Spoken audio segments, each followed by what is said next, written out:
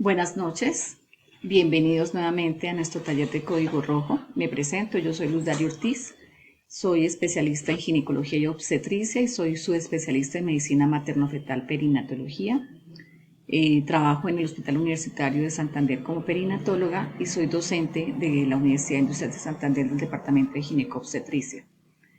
Soy facilitadora del programa de prácticas clave que salvan vidas del Ministerio de Salud. A través de este taller de Código Rojo queremos hacer el entrenamiento para ustedes en el manejo de las complicaciones hemorrágicas del embarazo. Este es un taller de formación con el cual queremos prevenir la mortalidad y morbilidad por hemorragia obstétrica y queremos que ustedes de este taller pues salgan unos expertos que a su vez repliquen esta información en sus sitios de trabajo. Entonces, bienvenidos nuevamente.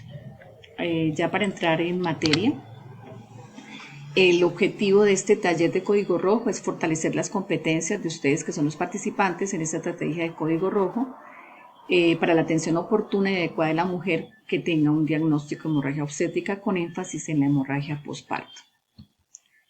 Y como objetivos específicos queremos promover la implementación del Código Rojo en sus sitios de trabajo, reforzar la estrategia del alumbramiento activo para la prevención de la hemorragia posparto, y conocer y poder aplicar la técnica de taponamiento uterino con balón artesanal o hidrostático, que va a ser uno de los tópicos que vamos a tocar. En relación con hemorragia obstétrica queremos recordar algunos conceptos básicos. Recordemos que la hemorragia obstétrica es todo sangrado anormal en cantidad, duración, el embarazo, intraparto o posparto y aquel que produce inestabilidad hemodinámica. Y aunque se han tenido como muchos conceptos, pues se habla, algunos dicen que es la pérdida de más del 10% del hematocrito basal, un sangrado mayor de 500 cc en el posparto, 1000 en la cesárea o 1500 después de una esterectomía periparto, o sencillamente un sangrado vaginal persistente y continuo o cualquiera que cause algún tipo de inestabilidad hemodinámica. Recordemos que al final del embarazo el flujo uterino ha aumentado de una manera muy importante y pasa más o menos 700 cc por minuto a través del útero. Imagínense lo que sucede en el caso de una hemorragia. Entonces esta volemia fácilmente se perdería. En cuanto a la hemorragia obstétrica y su incidencia, más o menos el 60% corresponde a la hemorragia posparto, por eso estamos haciendo énfasis en esta parte. Y es muy importante recordar que en el 60% de estas hemorragias a veces no hay un factor identificable, o sea, son pacientes sin aparentes factores de riesgo que presentan el cuadro, por lo cual tenemos que estar entrenados en la atención de este tipo de complicaciones en todas las mamitas que atendamos su parto o cesárea. Ocurre en el 3% de todos los partos y se duplica en los casos de los partos por cesárea, es decir, la cesárea aumenta de manera importante el riesgo de hemorragia posparto. Lo más importante recordar es que el 90% de estas hemorragias ocurren en las primeras 2 horas después del parto y de hecho es la primera causa de muerte materna. Aquí recordar un poco la famosa tríada letal en donde se resumen las causas de muerte materna, hemorragia en primer lugar a nivel mundial, trastornos hipertensivos y sepsis. Recordemos que ocurren más o menos 300.000 muertes maternas en el mundo anualmente. La casuística varía un poquito de continente a continente, dado que en África y en Asia, como ustedes pueden ver aquí lo que está en azul, sigue siendo la primera causa de muerte materna. En Latinoamérica está siempre como de la mano con trastornos hipertensivos del embarazo. Y en los países desarrollados definitivamente la causalidad es muy diferente.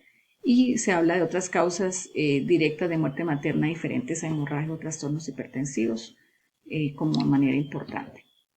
En Colombia tuvimos el año pasado, en el 2019, 297 muertes maternas. Miramos que ha ido disminuyendo progresivamente, en donde al revisar las causas principales me sorprende al hacer esta presentación que va de la mano sepsis junto con hemorragia obstétrica y con trastornos hipertensivos. Ha aumentado de manera importante.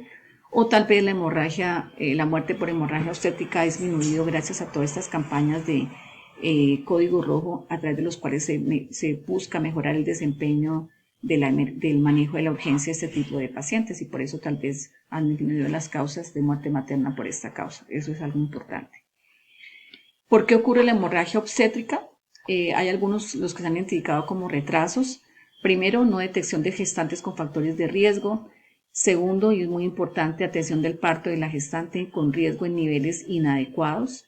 No adherencia a prácticas benéficas, como es el caso del alumbramiento activo, que lo vamos a tocar bastante en estos talleres. Falta de vigilancia estricta en el posparto.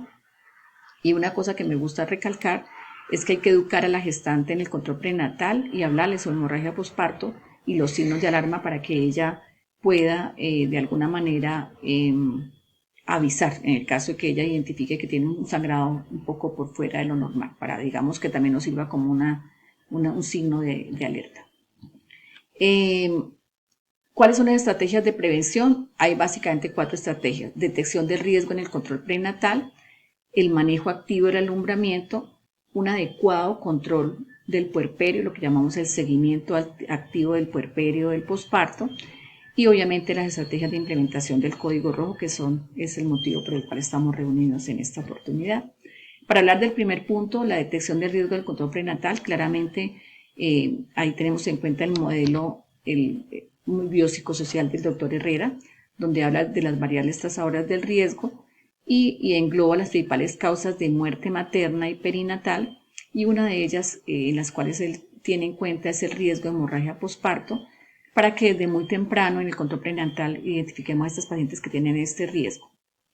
En la primera consulta de control prenatal y en este caso de la hemorragia posparto, pues en las últimas consultas identificar claramente esto con el fin de intervenir este riesgo, que en este caso sería remitir a la gestante de riesgo a un nivel adecuado para la atención del parto. Ese sería el primer punto a tener en cuenta. El segundo punto es el manejo activo del alumbramiento, del cual vamos a hablar detenidamente más adelante, pero pues que básicamente consiste en la colocación de oxitocina, 5 a 10 unidades tan pronto salga el hombro anterior del feto, retrasar el pinzamiento del cordón si en el caso de que no haya un estado fetal o un recién nacido que no esté complicado, que esté vigoroso, la tracción controlada del cordón y verificar el tono uterino. Eso lo vamos a hablar más adelante en una de las capacitaciones. En cuanto a seguimiento activo del posparto, hay formatos que también se les van a entregar a ustedes que deben implementarse en las instituciones para que realmente hagamos el manejo adecuado de este periodo de las siguientes 2 horas que son fundamentales en la detección de este tipo de pacientes. De hecho, esta frase me gusta mucho tenerla en cuenta porque pues es real y es como para concientizarnos.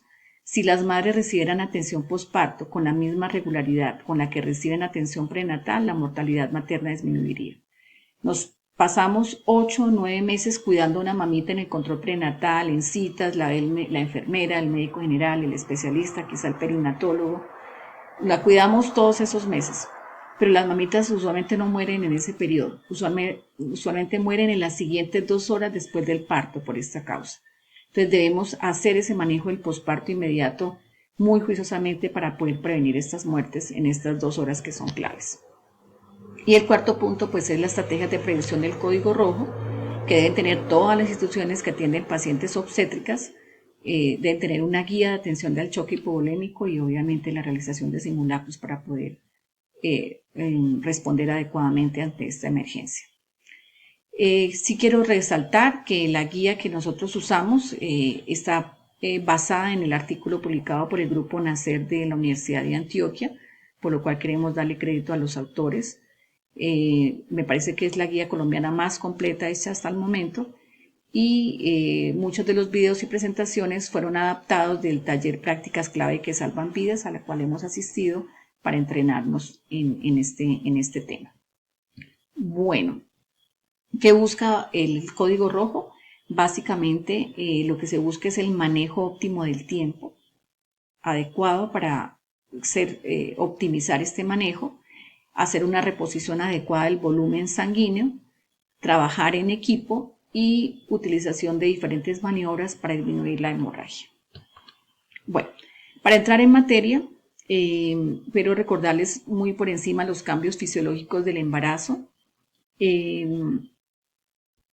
Recordemos que para enfrentarnos a ese evento tan importante del parto, tiene que haber ocurrido algunos cambios fisiológicos, aumenta la masa celular, es decir, los glóbulos rojos y el volumen plasmático, hasta en un 50%, lo cual permite que en el momento que se produzca el parto y haya esa pérdida importante de sangre, realmente la paciente lo pueda tolerar. Esa pérdida de 500.000 cc pues prácticamente no la toleraríamos ninguna persona que no esté con esos cambios fisiológicos del embarazo.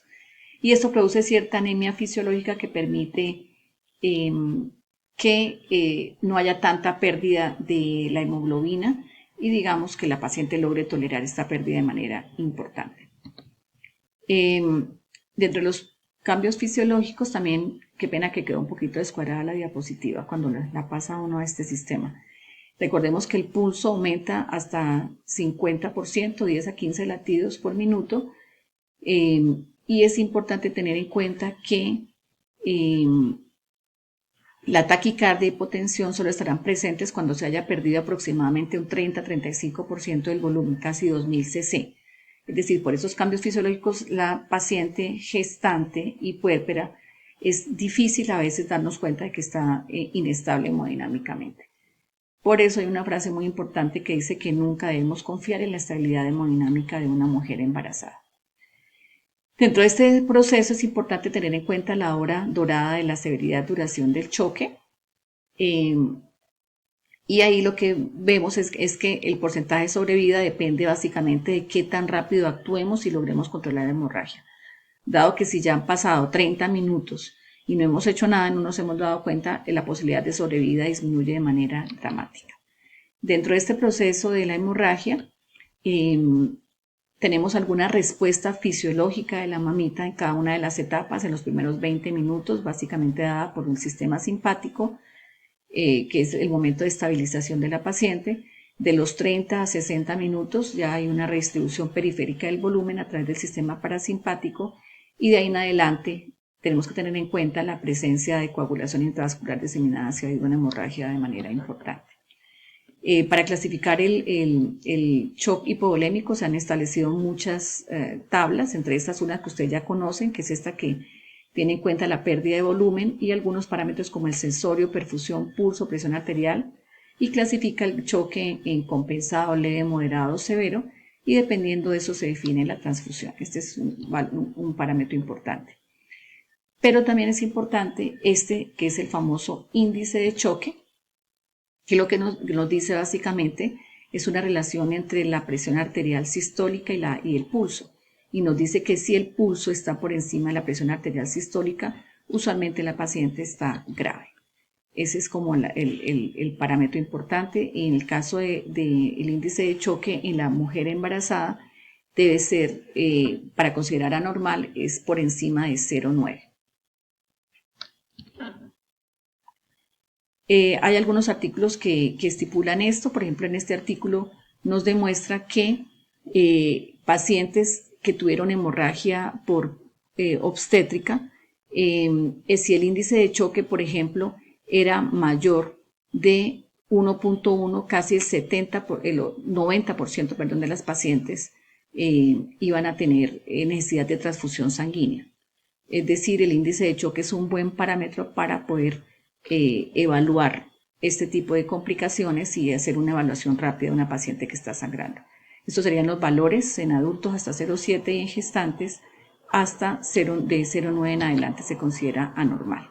Y estas son las fases del estado de choque de los cuales vamos a hablar en la siguiente presentación. El manejo del volumen, redistribución y el riesgo de CID. Entonces vamos a hablar enseguida de esto. Vamos al siguiente punto entonces.